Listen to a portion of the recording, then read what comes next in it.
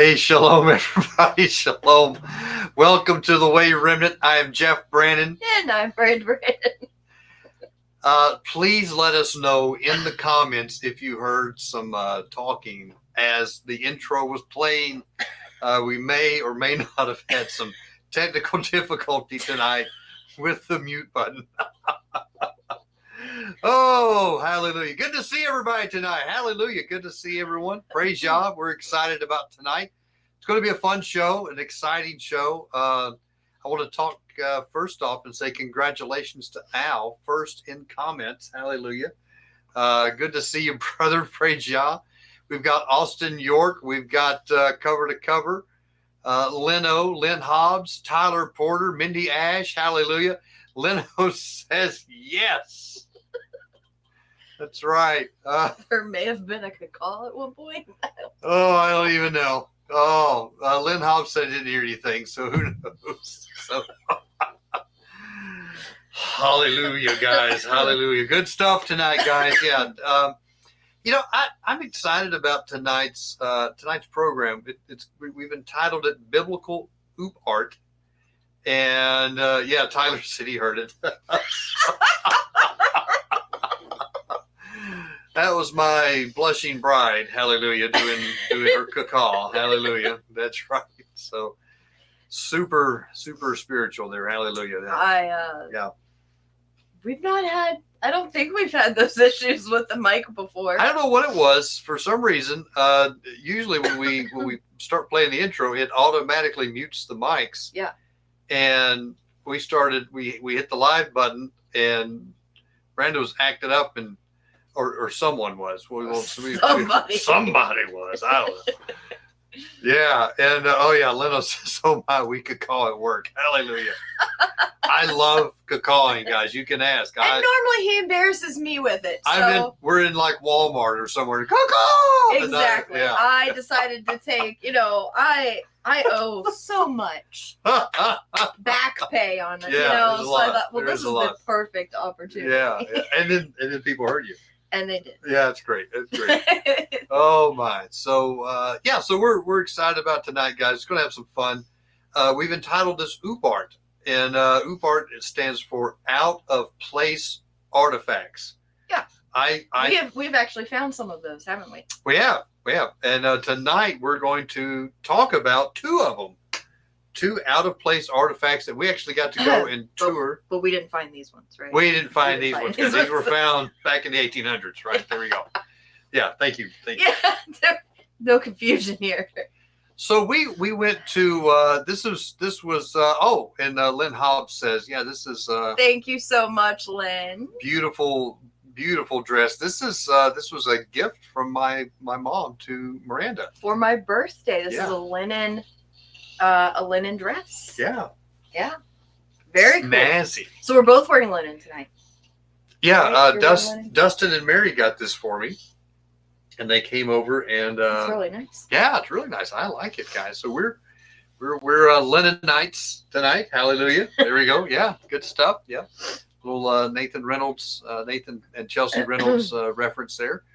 I've been watching some videos of him. He actually got to sneak out and record some. So I love watching Brother Nathan. So it's good stuff. But August 1st, we went to Newark, Ohio, where they have the Newark Earthworks. Went there for your birthday. Went there for my birthday. Traveled is about 2.5, 3 hours, something like that. Yeah. I don't know, something like that. And went over there and did some filming. We got we have some replicas of the artifacts that we're going to show tonight. And guys, if you have not gone and seen, we have a couple shows with. Let me move this up here. Well, we can't. There we go. I thought I could move that around. There we go. Here, I'll just put it over here. We have, if you go to our YouTube channel, the Way Remnant, and hit the subscribe button, right? If you haven't already, but go to playlist and scroll down, guys. We're up to 290. This is our 291st video tonight. Wow. Isn't that cool? Lots of stuff here we have, guys. But if you go through here and find the Binge the Fringe playlist, all right? Yeah. Click on that. We don't want to start it. But we have a couple videos here with Fritz Zimmerman. And especially this first one, Giants and Mounds in North America, with special guest Fritz Zimmerman. If you go and click on this video, guys, oh boy, look at there. There's that guy with a mustache. Whoa! How about that? Does that not look a little different, guys? How about that? Yeah. Oh, that looks a lot different. Yeah. Look at our studio. Our background's a little different. So yeah, this was trying to think. This was 2 years ago, guys. There we go, 2 years ago. But anyway, so Fritz talked a lot about this Newark site in Ohio and all the significance with it, about how he believes it's part of the Amorites, the Giants that came over. Yep. We talked, and we'll try to bring up some of that tonight, guys. And shalom, Karen. Oh my gosh, hey, shalom, Karen. Good to see you. Praise Yah. We just love Karen, by the way. Thank you, Karen. You're always here. You're always helping out, and you're just so greatly appreciated. Yes. We really do appreciate you. Anyway, so we're actually going to have Fritz come back on. Yeah. December 9th, Fritz Zimmerman's going to be here. He's going to be talking about his newest book. He just had one come out. We'll go into detail with it later, but it's going to be a fun show. Can't wait to have him back on. Yeah, very interesting book. Huh? Ooh, yeah. We actually have already ordered it, and it's coming in, so that we can make sure we be here tomorrow. Actually, that's right. We're going to be able to go through it, make sure we have a good working knowledge of the book before he comes on. I always like to do that. We've not always been able to do that, and not thoroughly. Yeah. Yeah. That it bothers me not to do that. Especially since kind of had an embarrassing moment once. Yeah. With that. Fun stuff. But tonight, guys, we're going to be talking about Biblical OOPart. And again, that is out of place artifacts. And this is going to be part one, because I feel like we're going to be doing a series on these. I would like to have some documentation and things like this going out about these things. Because there's some very interesting things that have been found that kind of defy the modern narrative, and that's what these things are going to be about. So, without further ado, let me click the old F5 button, guys. I have a slideshow for us tonight. Hallelujah! There we go. I think that'll be okay. Think that's all right? We'll do that. Okay. Yeah. There we go. Forgot today is Monday. Good to see you, Sunflower. Hallelujah. There we go. Yeah. And let's see. Thank you, Tyler. And yeah, listen, guys, if you have not watched that episode, go back and watch that episode with Fritz. We've had two of them on. The other one was with fairies. Yeah. That was a good one too. So good stuff. And we're going to have him back on. Look for the thumbnail announcing that coming back up. But let's talk about Biblical OOPart. All right. I'm excited about this. We're going to be talking about the Newark Earthworks and the Newark Holy Stones. All right. Let me see if I can click over here. There we go. So, and I'll try not to just read these. So these are just some slides we put together, guys. These holy stones, right? We have. Do you want to show show what we have, guys? There we go. So these are some holy stones. Yeah. So these refer to a set of artifacts that David Wyrick discovered back in 1860. Guy just retired. And a couple months later, he finds, that's the Decalogue. Can you show the keystone? The first one that he found was the keystone. Notice this hole here, because we're going to talk about this. Yeah, some interesting stuff. Some things you may not have heard about that. Keystone. Yep, keystone. Yep, there we go. There's writing all the way around. Yep, we're going to dig into each one of these things. So we have really good pictures so that you can see better than what I'm holding up. Yeah, and these are just replicas. Yeah, we have the replicas. We did not steal. We tried, but it was pretty secure. So, but yeah, these things were found roughly around 1860. David had just retired in April of 1860. In June, he found the keystone. Yeah. And then I believe in November of that year, he found the Decalogue. And we're going to talk about all these things, guys, but this is in Newark, Ohio. So if you guys want to kind of Google that, look that up, Newark, Ohio is where these were at. And Newark, Ohio is one of the largest areas of earthworks in the United States. Now, what's earthworks, Miranda? What would you classify this? So that is going to be where they move the earth around. They move essentially dirt around to create a structure, mounds, or places of burial. We see them getting quite artistic with this over in Ohio, right? Yeah. So like we live, it's no secret, you know, I'm not gonna give you We're in the mid-Ohio Valley. Yeah. Yeah. And we live real close to Moundsville, and Moundsville is named for a mound, right? Yeah. And it's actually the largest mound in the United States. It's about tallest, right? Tallest. Yeah. It's is it 60 feet? Close to 659, 60 Something feet. Like that, yeah. You definitely would not want to fall off this. Yeah, it is super tall, and listen, you get a little winded walking up it. And literally right across the street from that is the West Virginia State Penitentiary, which was the worst, the bloodiest penitentiary in the United States. We believe there's a correlation there with portals, with things opening up to the spirit realm. Not good things, not a good portal, by the way. And so we believe, and then like over not too far from us also are the serpent mounds. And they're the most artistic, I think. Yeah, right? Shaped like a serpent swallowing. We believe it's an egg. Yeah. And so we've actually gone there and done some stuff. There's another big mound down in Marietta, Ohio, where we used to live, close to that area. We live in a cemetery. They've turned it into a cemetery. Yeah. It has a moat around it. We're actually going to go down. We're going down to Parkersburg here pretty soon, and we're going to take our camera. We're going to do some filming there, so you can be able to bring some of that stuff to you guys. But this one here, right, is going to be the biggest as far as the largest like, as a site, and we're going to kind of get into that now. One of the things, hey, Shalom Beetle, good to see you. One of the things that Fritz brought out is he believes that the Amorites, the giants, right? Yep. The Amorites were the ones that created these things after they fled from Israel around the 1400 BC area. So anyway, so we're going to kind of get into all that tonight, guys. But this is some fun stuff. Again, if you haven't watched that episode with Fritz Zimmerman, the first one we did with him, go back and watch that, because he even gets a little bit deeper into what we're going to get into tonight with the Earthworks. But we do have some neat stuff to share with you. So I want to talk about the who, the what, the where, and the when. So these stones, hold them up again, Miranda, so everybody can see them. We'll just show them just real quick. These stones, right? So this is what these are replicas again for you guys tuning in late. We did not steal anything, as far as you know. These are called the Newark Holy Stones. All right. Now do notice that with this one here, when you get the replica, you do not get the box.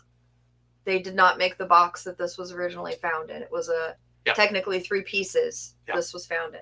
Yep. You only get this piece, which I was a little disappointed about. Yeah. So like the 3, there's actually 4 pieces. There's the keystone, the decalogue, the case for the decalogue, and then a bowl, like a stone bowl. But they didn't give us replicas of the bowl or the. They didn't even have it on display. Yeah, I don't know what happened to it. Maybe they dropped it. I don't know. Yeah, I don't know. Right. I don't even remember them talking about it. So. Yeah. Okay, so these were a newspaper named them the whole Newark Holy Stones, and so that just kind of stuck. Yeah. Same thing with the keystone. The keystone was called that by the newspaper guy, and guys, look, it's not a keystone. We don't know exactly what it was for. We have some of that in a documentary we're going to share just a little bit with you guys. But it is not a keystone, but it looks kind of like one. But anyway, we'll talk a little bit more. I don't know. That. Were there different types of keystones? Maybe it was just a different type. There's some speculation, guys. We're going to speculate with them too. Okay. Yeah. All right. So so these were found in 2 different places, right? So the keystone was found on June 29th of 1860. The decalogue was found on November 1st of 1860. And I want you to, let me go over here. Let me get my handy dandy laser pointer. All right, there we go, guys. How you like that? So the keystone was found up here. This is Newark. This whole little area right here. This is Newark, Ohio. And Newark, Ohio is built inside of this massive earthworks location, and we'll show you guys that here in a little bit. But roughly about 10 miles away. So here's I-70. Okay, this is I-70 going east and west through Ohio. The Decalogue stone was found right here, and there's an exit, like it's not a farm road. I'm from Texas. We call them farm roads, but yeah, a little highway called 13. Right as you get off the interstate, that's where this was found. We'll get into some fascinating stuff, where this was found and what this was found under. Pretty interesting. Yeah, Leno, I agree. It does look like a plum stone or something like that. Karen says looks like a doorknob or something like that. doorstop. Doorstop. There we go. So good stuff. Okay, so these were found by David Wyrick. Okay, and they were looked at. They were analyzed. At first, they were heralded as a great discovery, and then because it began to not fit the narrative. When they started recognizing the language. Right. When they began to recognize the language on it, they're like, oh, well, this can't be because Hebrews weren't here. Don't you know that Christopher Columbus was the first one that came over here? Anything that goes against that narrative, they just automatically knock it out. Yeah, and Tyler, you're right. Mormons do try to use this as evidence of the proof of the Book of Mormon. However, we don't hold to that. We definitely don't believe in the Book of Mormon. So, but I think these will stand by themselves. Okay, so let's keep going here. Just click, and okay, this is a zoomed in area off of Google Maps, guys. This is where the keystone was found. You can see this is in the middle of an octagon shape. Okay, this is actually a golf course today. Country club. A country club and a golf course. We'll kind of get, this is the parking lot for that country club. So you cannot just freely walk this area. Right. We'll dive a little bit deeper into that here in a minute. And this is again that this is the site where the Decalogue was. Obviously, I-70 was not there. And that's right, Beto. Don't believe in the Book of Mormon. So this is the site where the Decalogue was. Wait till you hear what used to be there. I can't wait. Stay tuned, guys. I'm telling you what, this is some fascinating stuff tonight. Hello, Ann. All right. Hey, shalom, man. Good to see you. All right. So this is a zoomed in version of Newark. And I overlaid, guys, if you can kind of see this, and we'll show you this here in just a second. I overlaid this is part of a circle down here. This is part of the Earthworks. This is where the main museum for the Newark Earthworks is at. All right. Yep. And you can see the city is just built up all around it. All right. And this gives you a real good scale of how big this site is. It's massive. Yes. It is massive. So when Miranda, when we had Fritz come on and he was talking about how big this was, yeah, it didn't really click. I saw the picture, I saw the map, and oh, thank you, Ann. There we go. Actually, thank you, Ann. I didn't know if you guys knew this, but I wrote a book on the Nephilim. There we go. And Ann has been reading my book. Hallelujah. Thank you for that. And it reads like a fiction novel. So if you just enjoy stories, it's not even necessarily a teaching. It's more of just a story that you can get lost in. Yeah, good stuff. Good stuff. So when Fritz first described this site, I assumed that the whole thing had been protected and marked off. Right. I didn't expect it to be like they built a city over top of all of it. Yeah. So you lose a lot of it because of that. And like we said before, you don't have access to all the sites. A lot of this has definitely been damaged. Okay, so I'm gonna flip back and forth here a little bit, guys, with the couple of these so you can see. This is the map, and I've got some markers here that we're going to talk about, like the green arrow.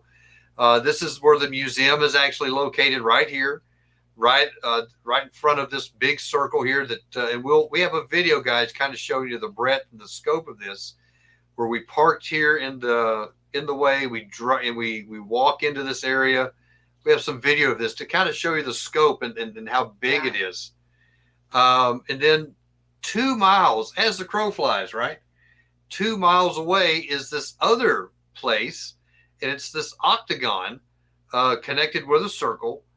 And the neat thing, Miranda, that I love that, and of course the blue arrow, guys, is where the keystone was found. Yes. The keystone, right? The neat thing that Fritz brought out, Miranda, was where this octagon is. This section right here, it actually shows 18 different movements of the moon, and it predicts them accurately every year. It is phenomenal. And Fritz talked. He had a mathematician come out and said, "Look, we don't today have the trigonometry to be able to reproduce this, and yet the people that run the museum try to tell us this was the Adena and the Hopi Indians, and I'm sorry, the Hopewell Indians, and then without a written language, they were able to do all this stuff. Without a written language, they were able to sight in. All these things match. The geometry on each one of the circles match the geometry on these squares. I mean, all this matches. Yeah, they were going over the math with us on, and even at the site. Yeah, the museum. The museum, yeah. They were talking about the math in all of the structures and how if you divide this or multiply that or whatever. And it was very confusing. Yeah. Very confusing. And someone, I'm not going to mention his name, brought up, and I said, they did all this without a written language? And the guy's mouth just kind of, The questions, Jeff, this poor guy had no idea. He just didn't know. He wasn't ready for us, guys. He He wasn't ready. There we go. And I'm just like, I'm shopping. So I'm just like, I'm going over here. Oh, I meant to have you bring your jade out. You mean the rainbow flint? The rainbow flint. I can go get it. Go get the rainbow flint, and I'll keep talking here about this. Okay, guys. So we're going to show some video of here, guys, where we have the museum, walking up to the museum, because we really want you to get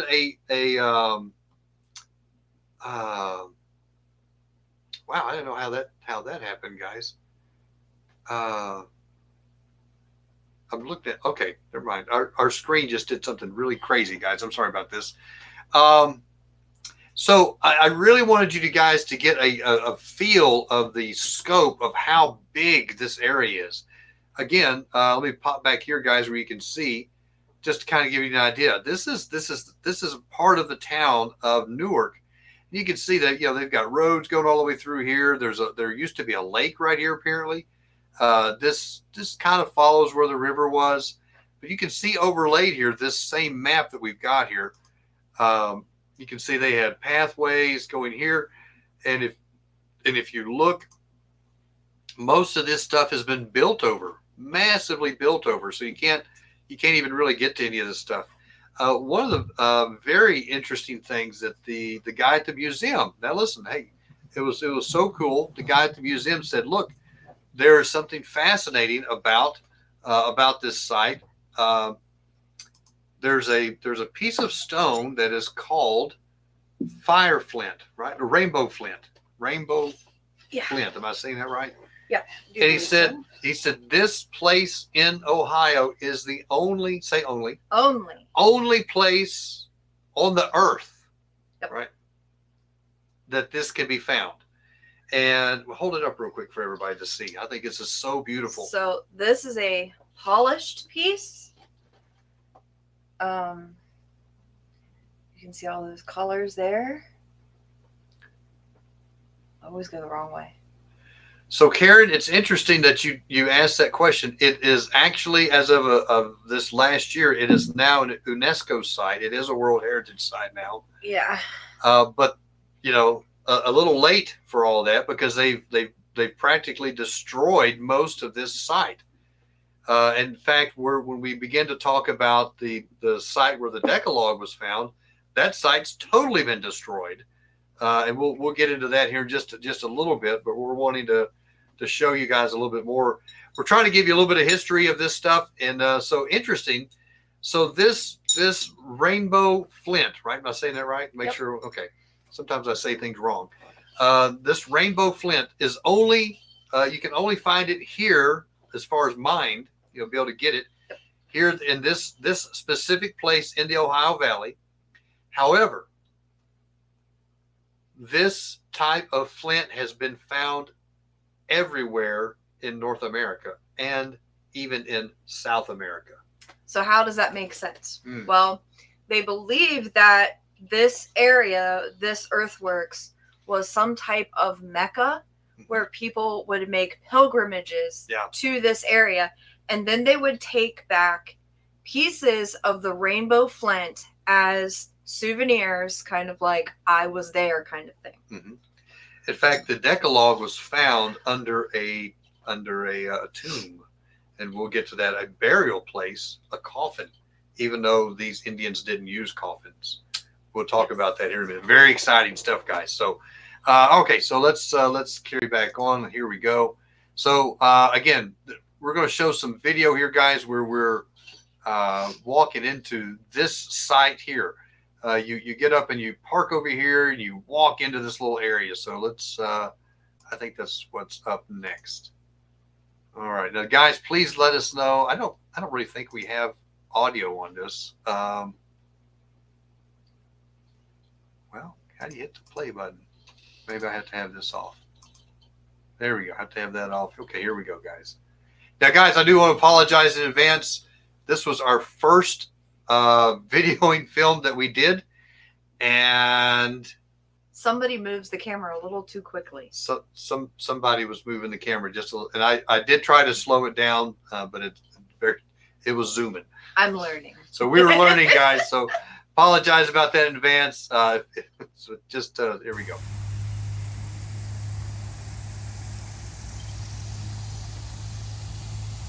What a good-looking guy that is. There we go. So this place is massive when you begin to walk in, and you can see the mounds, right? You can see the mound right there that we were walking over, and that little bit of earthwork, guys, used to be. This is part of that earthworks. Again, you'll be able to see that, so you can see a defined hill all the way down. This is some of the stuff they built. You can see the earth. You can see the mounds in the back. All of these are related to this ginormous, there we go, place, guys. This is huge if you look at the scale of this. So this part is preserved. It is like a park. You'll see the picnic tables and things in the area. Now, you are not supposed to walk over the mounds, except for in the area like I just showed here, where there are steps. Yeah. But you're not supposed to just walk out on the mounds.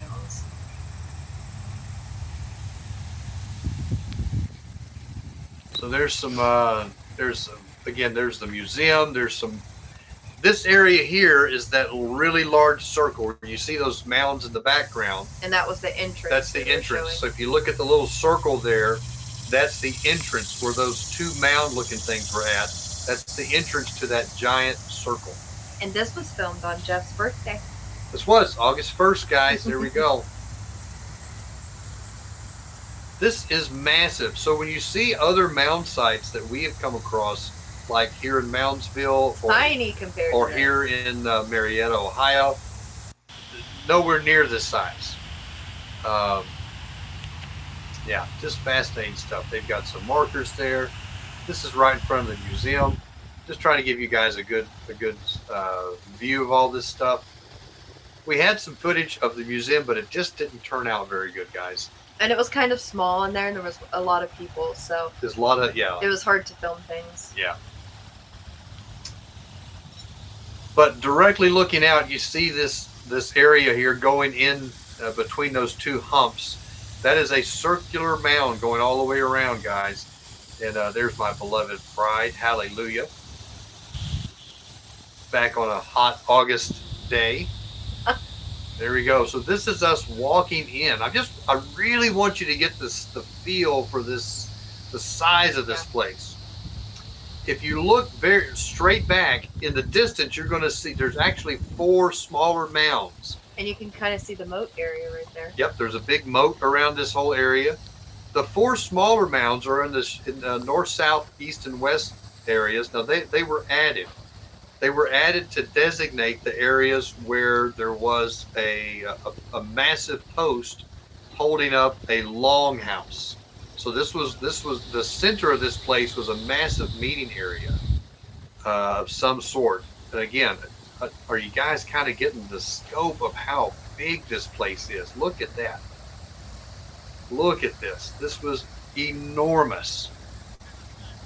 And this was not the biggest place on the map, if you remember, guys. So here's a zoom in. You can see those 4 mounds in the background, and that's where the long building was at. I do think I talk about that here in a minute. So I'm on the hush. This is the mound that's right in the center. There's 4 of these mounds that they built later to depict where the main post set for the longhouse that was in the center of the mound. I'm going to walk up to the center of it, and I have Miranda standing at the center of the other one. Look how long that is. Mm-hmm. And then there was another post on this side. And another post on that side, if you can see that one. And then, so we're right in the center of the mound, of the earthwork here. It is so big, guys. You can barely see the museum way back there, right?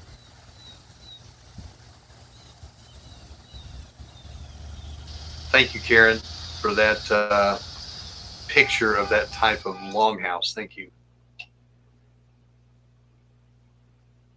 All right, okay. There you go. I clicked out at that.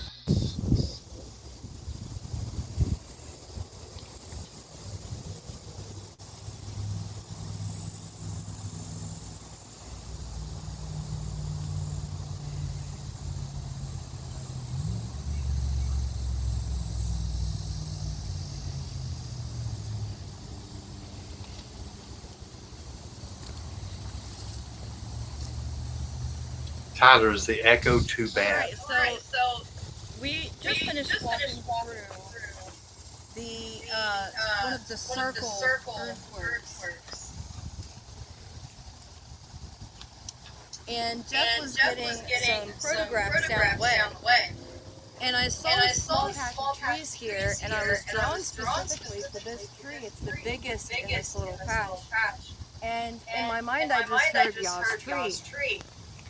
And I was like, okay, well, what's so special about this tree? And I walk up to this exact spot, and I just look up, and right there is a cross. Just kind of formed into the tree right there. And this is a very, very large tree. I don't know if you can tell, just like how big I am, how big this tree is. It's a really old tree. And you know, we've been learning about how plants are alive. Like they actually have emotions. Science is proving this. Yah created everything so complex, so beautifully. And what all has this tree seen in its day? It would be interesting to know.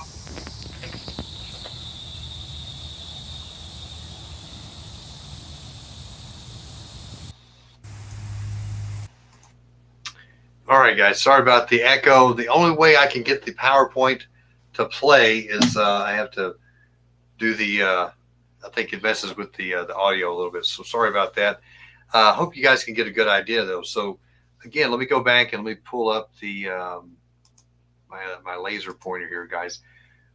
We were parked about right here at this tip and walked in about like this. Here was the museum, and I'm sorry, we parked over here, walked in. Here's the museum, and then we walked this way. We were in here, we walked across here, and then Miranda was about right here where we talked about the tree. Yeah. So yeah, so very fast. This was massive, guys. Now, if you look at this, you saw how big this area was, right? We just talked about that. Now we're going to zoom over where you go 2 miles as a crow flies, right? And come over to this octagon area. There's another circle that's connected with a path to an octagon.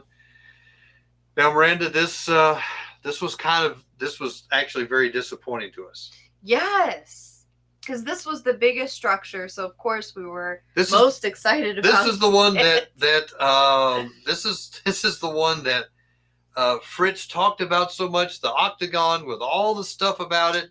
We were very excited to get to come and check this out. And guys, it is literally a private country club golf course that you can't walk around. Yeah. You have to have a membership to get in there. Now they do have, so there's parking about right where we're at, and where the laser pointer's at.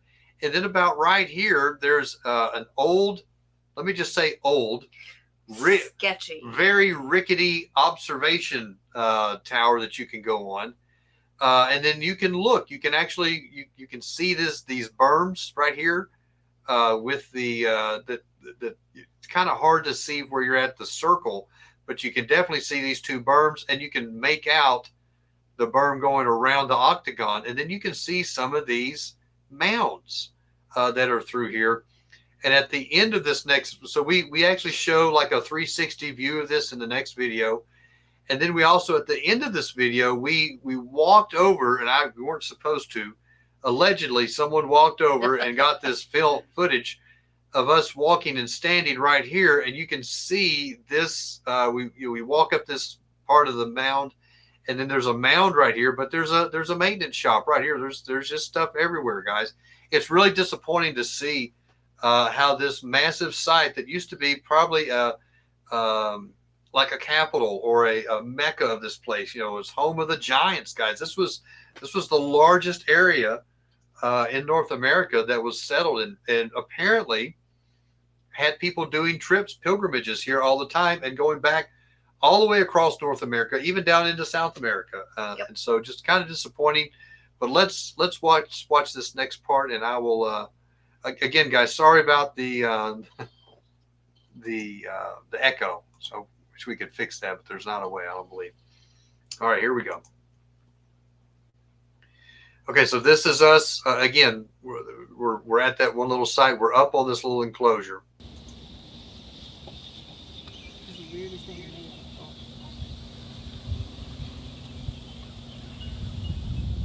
There's part of that circle that you can see.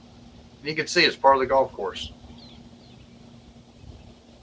You can't walk out there unless you have a membership.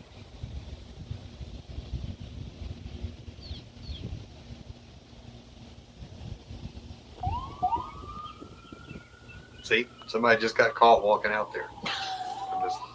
There you can see one of the small mounds. Yeah, let me back that up a little bit. So right here, guys, you can see this is that berm, right, that we're talking about, that little straight stretch. And then this is one of the mounds. If you can kind of see, there's another mound about right in here, another mound back there. There's another one over here. And it was about right in this area. If you could see back in here, if the tree wasn't, the limbs weren't in the way, that's about right where the keystone, hold up the keystone, babe. That's where the keystone was found, and it was found in a pit. It was actually found in a pit, and we want to talk. So not a place of honor, right? Yeah, and so we don't think. So guys, listen, we want to say, everybody's like, yeah, Jeff, they're coming to get Jeff. There we go. That's right. Hey, Shalom, praying steadfastly. Good to see you. Part of the people saying that these things aren't real was like, oh, well, he found this and he found another one a couple months later. The writings don't match. Okay, well, could it be that they were from different people in different places, different, we believe that this was an area that the Giants built, that they were doing. And we do have a video that shows a different perspective, don't we? Sure. That we're going to show here in a moment. Yeah, because when the guys found it, they believed that this was, they were believing that the Hebrews had come over here and that these were artifacts left over from them. However, with saying that, this guy, this keystone was found in a pit. So our theory goes that this was something that was discarded after some Hebrews had been conquered, right? Perhaps. We don't know. Theories. Theories, guys. But again, fascinating stuff and how huge this area is. Okay, we'll go back to the video and keep on playing so you guys can get a better idea here. There's that maintenance shop, guys, that someone allegedly walks up the hill in just a minute. Checks that out.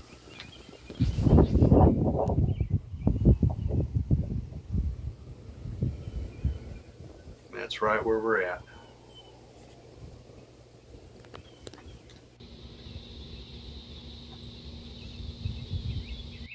So this goes and says that they don't know what this was made for. They have no idea, but yeah, it tracks 18 different positions of the moon, and they even show that in the museum. So maybe this was made before. You can tell this little rickety thing is pretty old.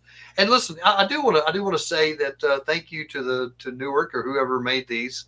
They did spend some money years ago trying to do some great things. So I don't want to seem ungrateful. I just like, man, how much has been destroyed, how much has been lost. Yeah. Because we've built over it and stuff like that.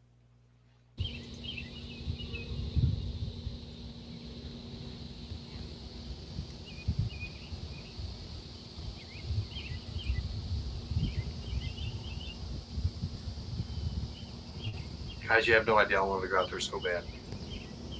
I wonder what would have happened had we just walked out there. Would somebody have actually said something? Yeah.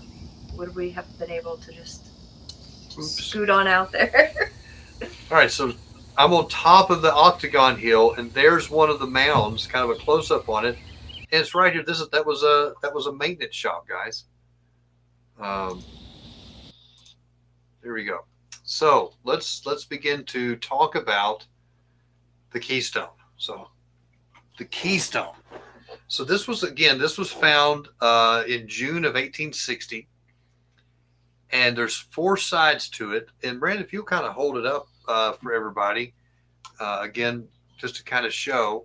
And again, this is a replica, guys, so it's a little difficult to see, but it has writing on each side of it. I think. And one of them says it says Torah of Yehovah, Word of Yehovah, Holy of Holies, and King of the Earth. And when we go in, we look. I'll just kind of show you the different side. Now, this is the actual artifact here, guys. It's pretty fascinating. And there are other pictures that you can get online and to look at these and check them out yourself. But it's very fascinating. Now, when you're actually holding it in your hand, you can you can easily see that it's Hebrew writing. There's only like one letter that I see that I'm like, ooh, what is that letter? Yeah. But all of the other ones, I mean, if you've studied Hebrew at all, you're like, yeah, I know what that is. Yep. All right. So again, this is where we were at. So David Wyrick found this in 1860. He found this roughly right over here. Again, we were about right in this little area here, looking that way. Again, that's kind of about the center where they found it. There was a pit. And then this stone lay in a pit that was covered by about 12 to 14 inches of dirt. Okay, so 12 to 14 inches of dirt where this guy was found. So pretty interesting stuff. Here's a little video, and I'm going to take us out of this, and maybe that will help the video. We're going to play this, and we'll be right. And this is showing a different theory. This is showing a different theory. There we go.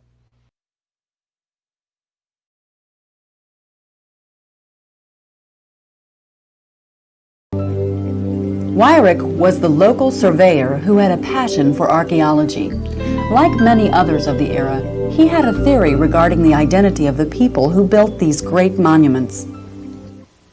A common opinion in Wyrick's time was that the mounds were constructed by the lost tribes of Israel, or other Hebrew groups.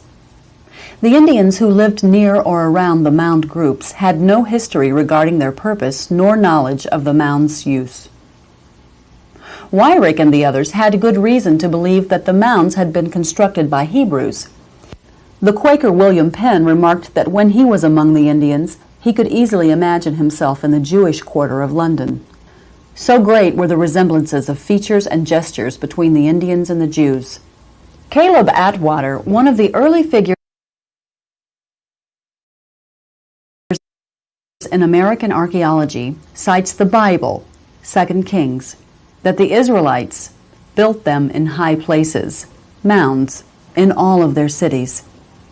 Atwater further states that the Israelites conducted great national affairs on these mounds. Here they crowned kings, concluded peace, and declared war. They assembled to worship and they buried their illustrious dead. But perhaps the most interesting observation that Atwater made was the following. He wrote, the Hebrews would gather at Gilgal. The name Gilgal signifies heap. Here was a pile of stones brought up from the river Jordan and piled up when they encamped for the first night on their journey to the Promised Land. Let the reader examine similar piles of stone on the waters of the Licking near Newark, Ohio.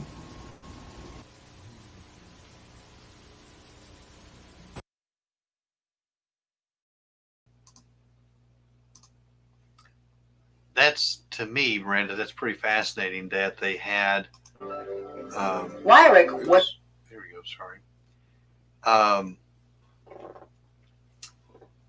They're tying in the fact that the Hebrews actually built some mounds too. Mm-hmm. They were actually following after some of the pagan practices of the high places when they did some of these. So very interesting part. But that was also maybe some of their cultures bringing together these unhewn stones and heaping them up together. So. Very fascinating that that we see this kind of correlation with that. I will say that I do want to give credit. This the video, guys. I know it's fairly poor quality. This video I've actually uploaded to our YouTube site because I enhanced it. There was a producer named Jeffrey Heck made this many years ago. It was actually his first project that he worked on. And another gentleman, James Trim, I believe, uploaded it to YouTube. And 7 years ago, this Jeffrey Heck said, "Oh wow,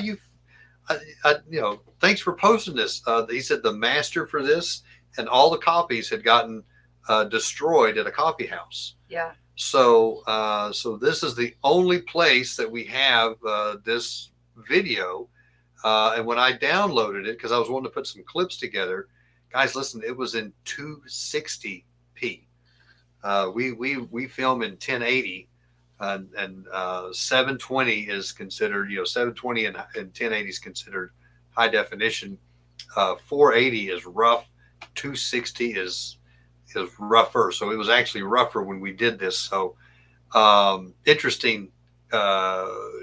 So very fascinating stuff here. So we appreciate Jeffrey Heck putting this together, and we do have some more clips from him because there's some professors and things like this that they talk about.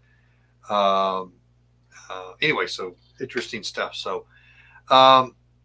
we have some more video we want to show here in just a second, guys. We want to go to the next slide and talk about some of this stuff. So some of the letters, guys, on are very near what we would call standard Hebrew, not block form, but a script writing. A little bit different than the writing that's on the Decalogue.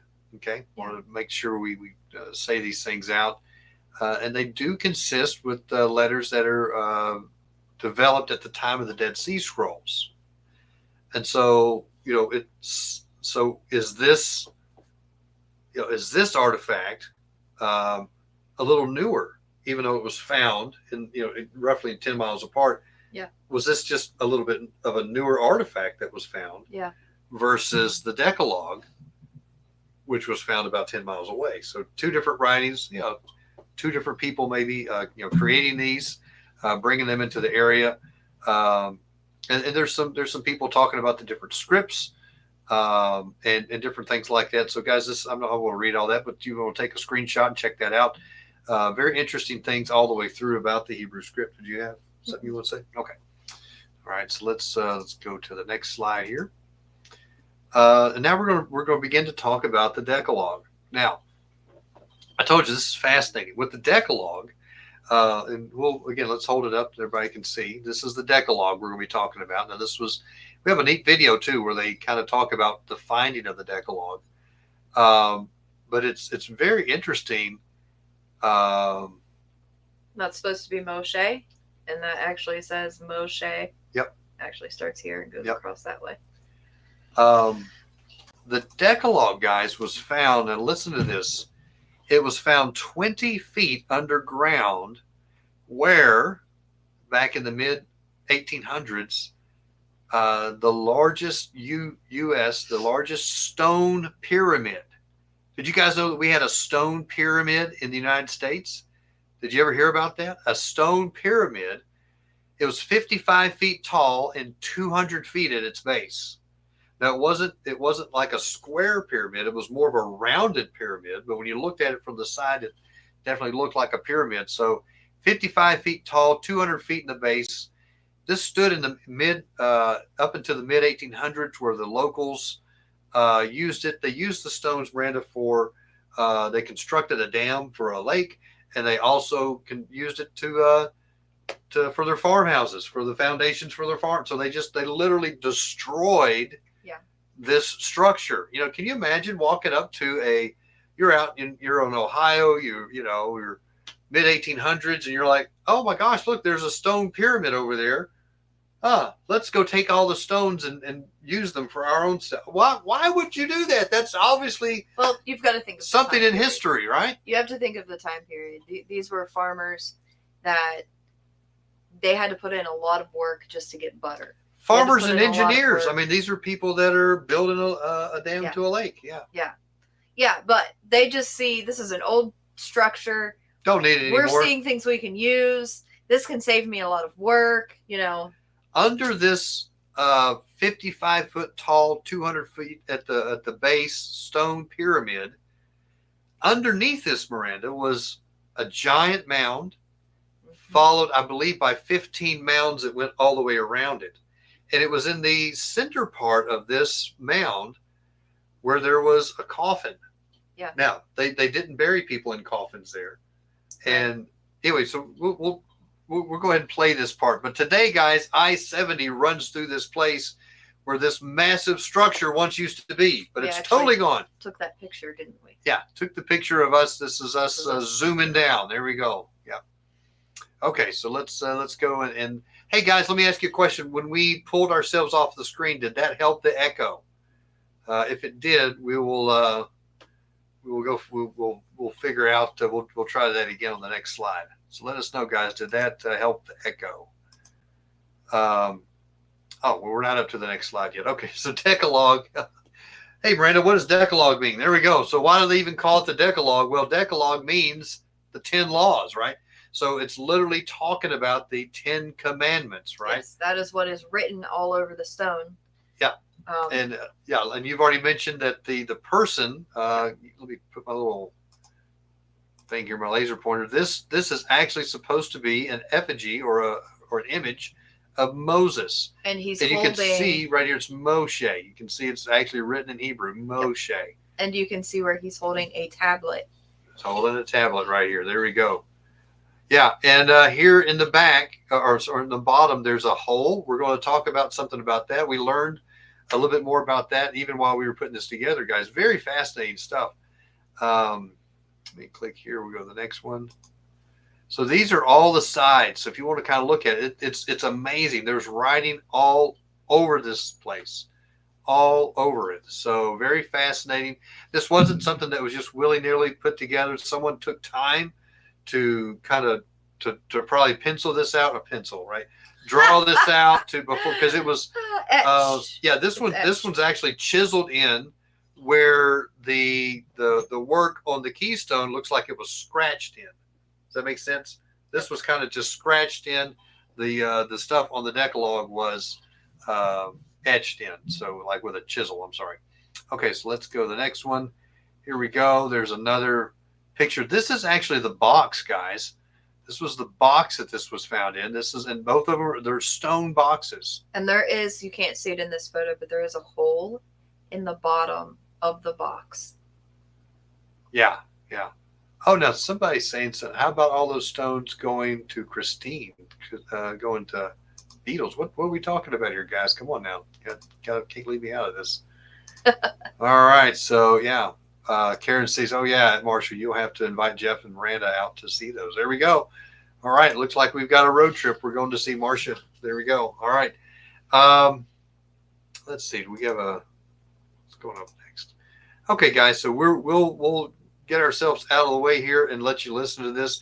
This is one of the professors. And by the way, guys, if you want to go see the entire documentary, as soon as the shows, we have that documentary listed in our show notes. And as soon as the video's uploaded tonight, we will make this available live for you guys to be able to watch as well. You can just go on the Way Remnant and watch it in its entirety. But we'll knock ourselves out so you can hear it better, and we'll carry on.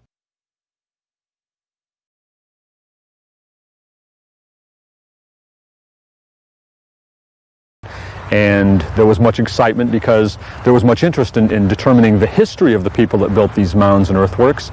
And so far as anyone knew prior to that, they had no history. Nothing was written down. There were no languages. This was an interesting find because it had a written language inscribed into it, and it was Hebrew. And many people at that time, including David Wyrick, were trying to prove that these mounds and earthworks had been built by the lost tribes of Israel or other Hebrew groups. That got some attention, and David was invited to Cincinnati by the reporter. There, it was first denounced by a Hebrew scholar as being too modern Hebrew, denounced by a foremost sculptor, Jones, who sculpted the bust of Lincoln, who said, just adorn, anybody could make. I just want to bring out here, guys, just real quick. It was denounced in the like 1860s, 1870s when they found this, because they didn't understand that some of the script was actually authentic. They had not discovered the Dead Sea Scrolls yet. They didn't have all these things. Now they're like, oh wow, because now we have we have some sources from Ohio State University, guys, that are showing that this is real. This is real stuff and could be plausible during different times and different dates. Again, this documentary was made very many years ago, so we'll pop this back up. Like that. So David spent his only $19 on the trip and didn't get anything in recompense. Came home, but he did strike up some friendships because he was encouraged, I think, by Dr. Unzicker to go down to near Jacksontown and look at the site that had once been the Great Stone Mound, where there were a number of mounds, one of which had been opened in 1850 by local farmers. When David got there was a wooden coffin. And I might put in here, I keep asking professional archaeologists to tell me where the American mound builders buried in coffins, and they never come up with one. But the coffin was still there, containing a skeleton with copper rings on it. It still was hair associated with the skull and cloth, which is rather interesting. David brought the coffin home, and it was lost to history. That was in early July. He went back again in November with another digging party, and they were digging, as David said in his letter, to see if it would hold water. The clay basin that was there. This was clay that was brought in. It was apparently clay brought in from the strip mine, what we call the strip mine area, the coal mine areas of Ohio. It was there that he uncovered the stone box that contained the Decalogue stone. Today, Interstate 70 runs directly through the heart of what was once the largest man-made monument in the Ohio Valley, the Great Stone Mound. It stood approximately 55 feet high and had a base measurement of nearly 200 feet. From a distance, the mound resembled a pyramid. It was constructed of large boulders that were hauled away around 1850 to reinforce the dike of what is now Buckeye Lake. When the larger stones were removed, 15 small mounds surrounding a larger mound in the center were revealed. In 1860, Wyrick excavated the larger center mound. It was here that he discovered the coffin and body. Wyrick and his group started to dig in the clay beneath the coffin. 2 feet later, they discovered the stone box that contained the Decalogue stone.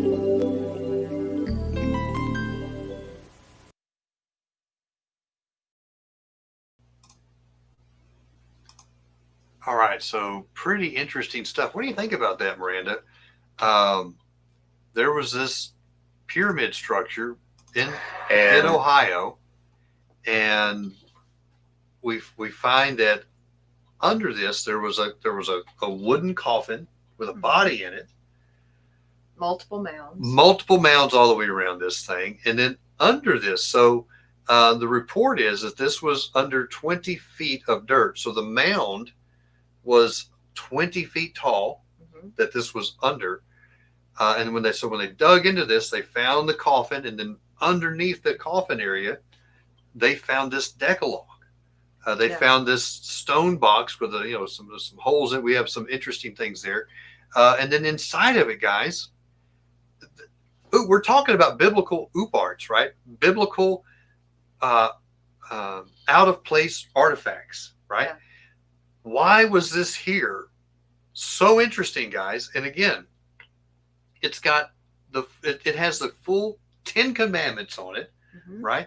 It's got a picture of Moses on it, and it clearly says Moshe on it. Very fascinating stuff, guys. And then 10 miles away, we find there's a different artifact called the Keystone that says the Torah of Jehovah. All these things. It talks about the king of the earth. All these, the word of Jehovah. All these things. It talks about these things, and it's very, very fascinating stuff. And these aren't the only objects in the United States to be found with Hebrew writing on it and the 10 Commandments. There are multiple large stones across the United States that are dated to be very old, and they have Hebrew on them. One in New Mexico, has the 10 Commandments on it. There was a copy of the 10 Commandments that was in Tennessee or Kentucky, way up on a ledge overlooking a highway. We'll get into that one maybe. I'd like to do a story on that. But guys, these mounds, you can't deny that these mounds are here. Some people say, some of these things are fake. Listen, the whole manifest destiny was a lie to the public of the United States that said that the people that were here in America, North America, were just savages. They didn't have any civilizations. Nothing was going. Listen, all of that has been a lie. The United States government lied to its people so that they could push west and go all the way across and take over these areas. And they literally wiped out artifacts. They wiped out historic sites. And we are just now really starting to understand and grab a hold of the fact that, listen, guys, there was something going on. I love how Fritz talks about these were the places of the giants. Were there some Hebrews here? Obviously, there were some Hebrews here, guys. We also believe that some of the lost tribes probably came over here. Yeah. We see this with Chief Joseph Riverwind talking about in his book. That's what the old ones say. Really good book. Talks about how some of the different the Navajo, the Cherokee, different ones. Yes, Leno. I've seen that in the Egyptian burial caves in the Grand Canyon.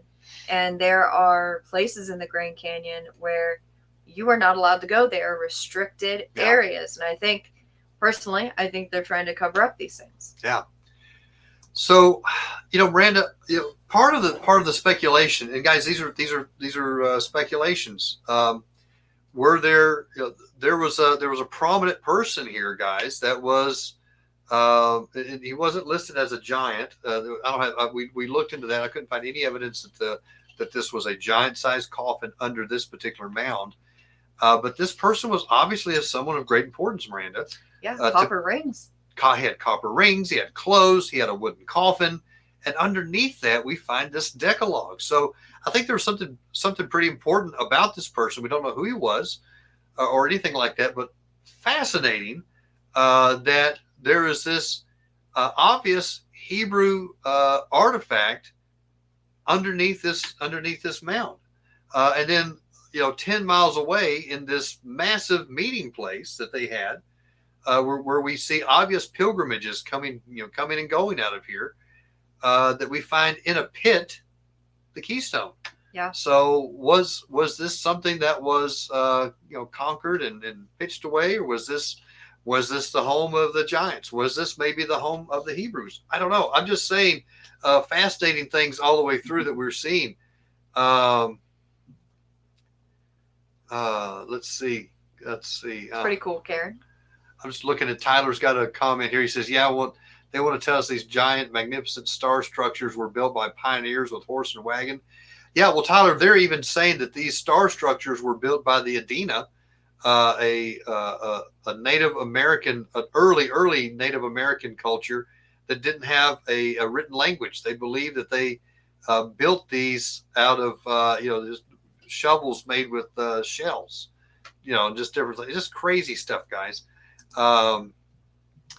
Let's see. Karen has a comment here. My mom's home in home county in Tennessee has mounds. Old timers talk about giants being dug up and the Smithsonian coming in and taking everything away. Heard that. Same thing here, guys. We live close to Moundsville, and same thing here. And Fritz is going to be back on. I'm going to try to pin him down, see if he'll share that picture with us, guys. Yes. When he was here early, I believe back in the 80s or maybe even the 70s, could have been before that, where he was at the original museum, and they actually had the giant bones on display, and he took a picture of it. Very fascinating. So, and of course, now we have asked the curators here today. They're, oh no, that didn't happen. But Fritz he's got a photo. All right, guys. Okay, so let's keep going. We're talking about the Decalogue here, guys. Now look at this. I think it's fascinating. Let me turn my pointer back on. Very interesting. So the Decalogue, it's got Hebrew writing all over it, and it's not the block form, but it's still a paleo form of Hebrew. But it starts here with this non-alphabet symbol, and then it begins to go around here, and it goes all the way to the left. It just keeps winding around all the way through, Miranda. And I think it's so fascinating. Kinsley. Oh, okay, I know what was going on. But I think it's fascinating that this has the 10 Commandments on it. Yes. How fascinating is that? I love it. All right. Oh, we have another video, guys. Let you watch another clip. And again, guys, if you want to go and watch that clip, we're going to make that available to you. It's already in the show notes, but we'll unlist that. We haven't unlisted right now until we ran the show tonight, but we'll let you check that out. All right, we're going to let this video go. We'll be right back.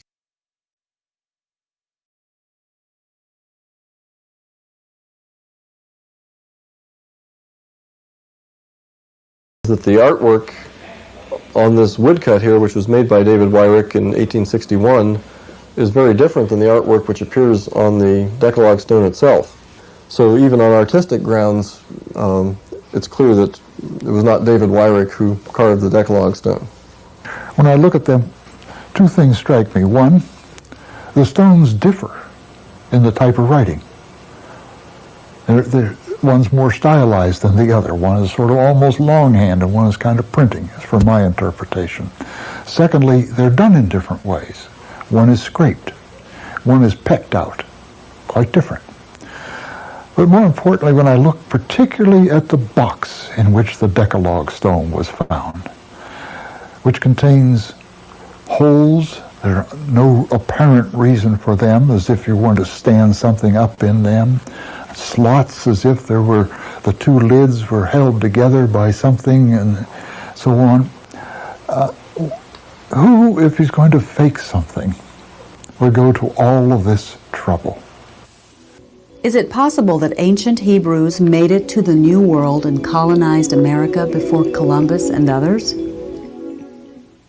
Is it possible? Sure, it's possible. Is there any evidence that this happened? No. No evidence whatsoever to this date that stands up to the standards of science. The die-offs that occurred after 1492. I can't stand it, guys. This is the curator of the this is the establishment talking. Is it possible? Well, I guess it's possible. Is there any proof? Absolutely no proof. Let's just ignore all these stones. Let's just ignore all these stones. Let's ignore all the evidence because it doesn't fit our narrative. Yeah. And listen, how many times do we see that over and over and over?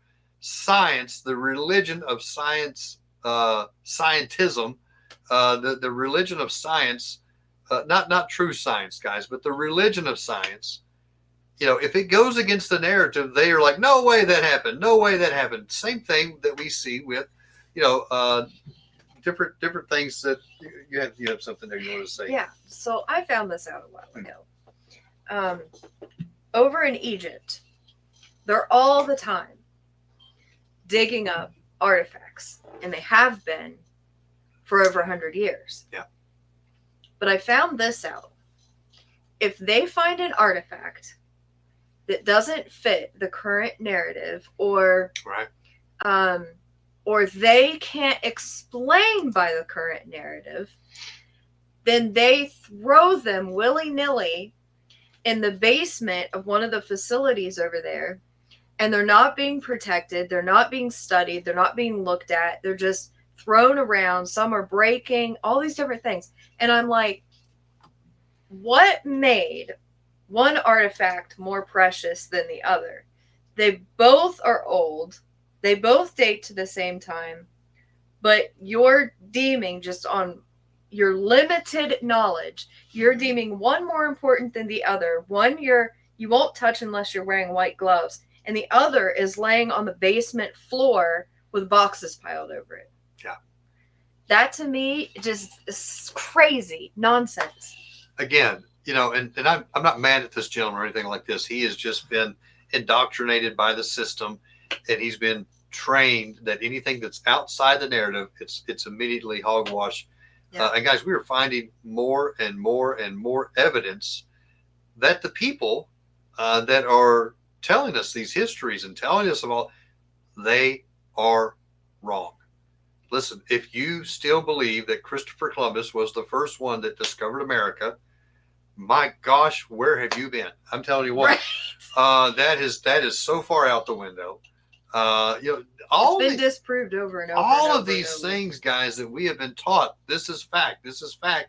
We're finding out that it is not fact. Right. And we are finding so much evidence to the contrary. And again, and that's one of the reasons that we're wanting to bring some of these things to you guys, is to show you that, listen, not only do we have evidence that some of the lost tribes came here to America, we also have evidence that they went down into Africa. We have evidence that they went up into Europe. We have evidence that they went all the way to China and Japan. We want to do some of these things like this and really show. Oh, that's right. Yeah. I love what Karen just said. Sounds like the Dead Sea Scrolls cut up and sold. Absolutely, Karen. And we see so many things going on.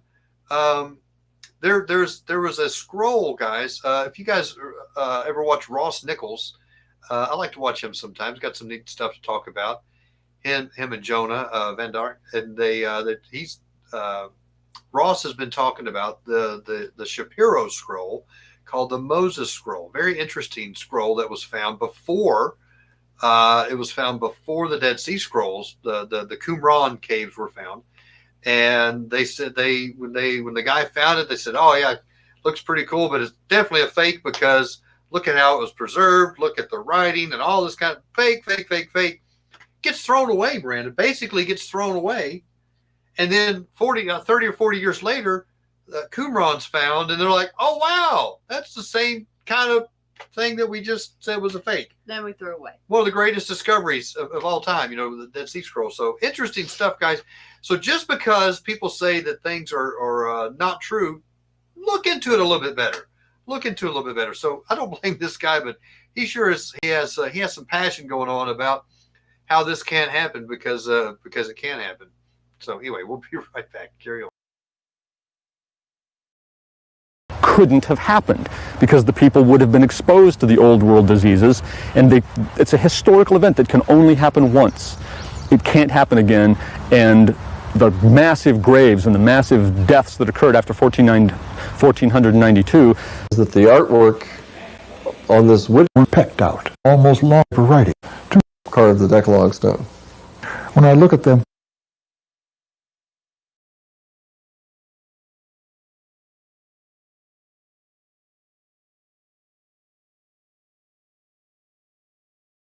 Possible that because the people would have been exposed to the old world diseases, and it's a historical event that can only happen once. It can't happen again, and the massive graves and the massive deaths that occurred after 1492 tell us that that's when the first sustained and substantial contact with the old world occurred. And it's a biological fact that little carved stone objects can't refute.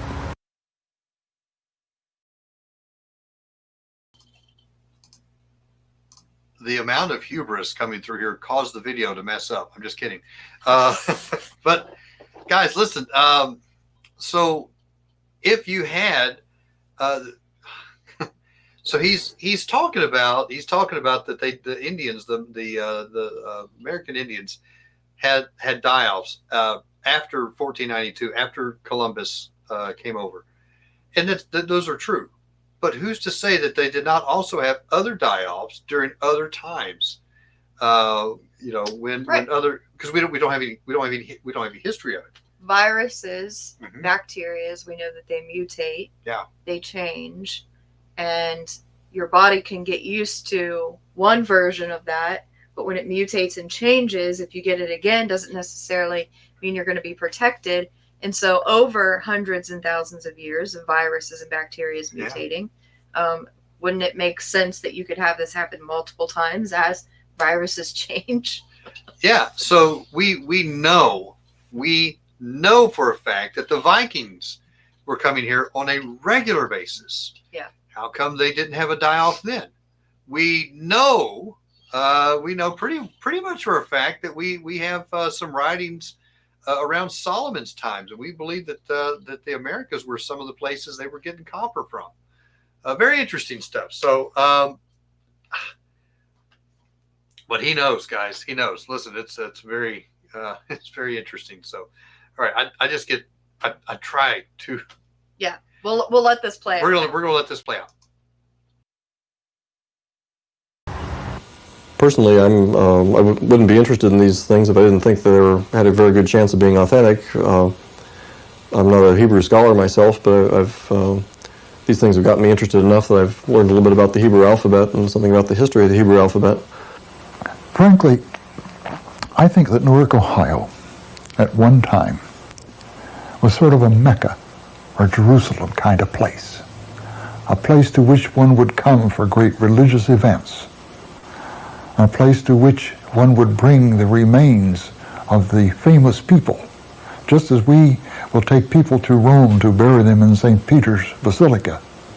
I think people were brought here, and that these are perhaps mementos or talismans or something associated with famous people. And this is particularly, in my mind, particularly true of the site where the Decalogue stone was found, for several reasons. One is, it had been buried in a mountain of carried-in stones. The canal builders hauled away between 10 and 15,000 wagon loads of stone.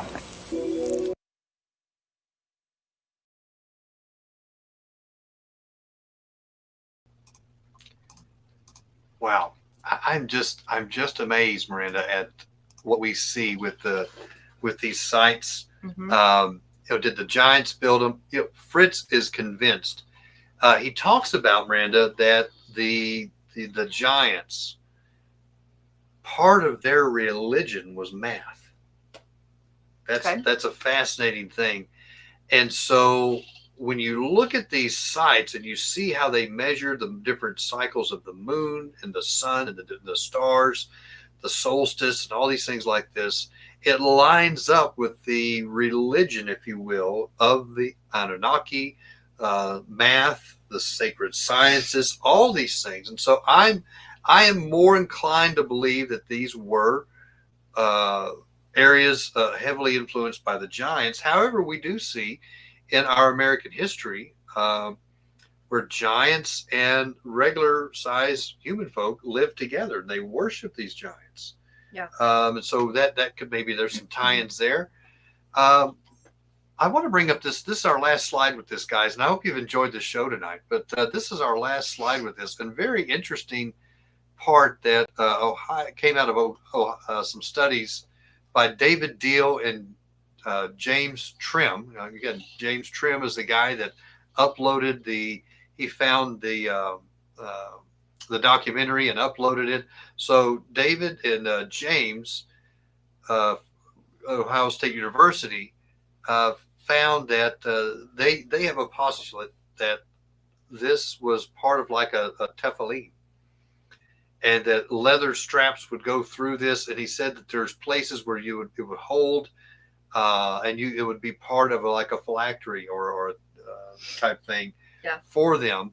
So very interesting stuff. So there's a possible usage of what this was for. And so maybe this person that could have been brought there to be buried was a very honored Hebrew. Maybe he was a rabbi from one of the lost tribes. I don't know, guys. Pretty fascinating stuff. What are your thoughts on it, guys? What do you think about these stones? I'm fascinated with this Decalogue. It's got an effigy of Moses. It says Moshe on it. The writing on it is very fascinating, and the idea that this was buried under a stone pyramid, under a massive mound, 20 foot tall mound, and then under a coffin, a wooden coffin, and underneath that. Yeah, I find that to be fascinating, Miranda. Why was this here? What was going on with this? I wonder if you guys have some speculation on this. Was it, was this a big area of giants? Was this a big area where maybe they began to get along? Maybe because this is hundreds and hundreds of years after the. Well, we even see Abraham linking up with some of the Nephilim tribes and fighting wars with them as allies. Genesis 14, we see Abraham fighting alongside some Nephilim kings. So who's to say that maybe all of them weren't bad? Maybe all, I don't know. We're definitely speculating here, guys, but fascinating stuff. And again, these are definitely out of place. And I would encourage you guys, if you find some of these things, to let us know about them. We're going to be doing some more shows on some things that are like this. We want to bring these things out to you because they challenge the norm. They challenge the narrative that we hear. One of the fascinating things that we've found that I'd like us to do a show on is looking at how they came over into China, into Japan, and the influence that Hebrew had over there. So, guys, yeah, I've studied into that. That's pretty interesting. Yeah, so I would love to hear some comments, hear some things after you guys maybe studying this a little bit.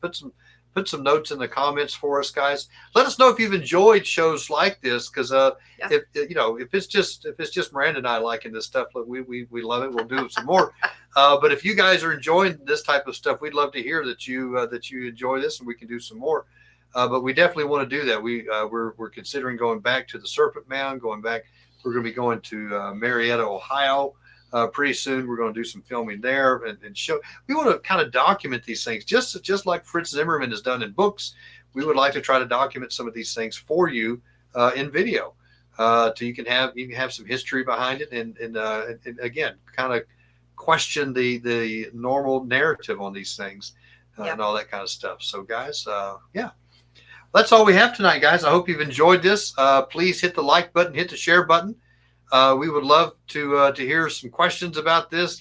This is some good stuff, guys. We really enjoy things like this. Again, the Nephilim is kind of what was my gateway drug to Torah. And listen, how much great things have come out of this. And we're so excited to be able to share these things with you. So Do you got anything else for tonight, Miranda? I don't think so. All right, guys. Listen, I know Fritz Zimmerman's going to be coming back on the show. I believe it's December 9th. Look forward to that. I'm not for 100% certain we will have a show next Monday night. We're going to be traveling back at that time. We will see, guys. But if we don't, we'll see you on the next time. So, guys, we love each and every one of you. Thank you guys for tuning in. Hit the like button, hit the share button. If you've not subscribed over here at the Way Remnant, please do. And share this out, guys. We would love to see more people get involved in this and find out more stuff. So, all right, guys, we love you. Take care. See you later.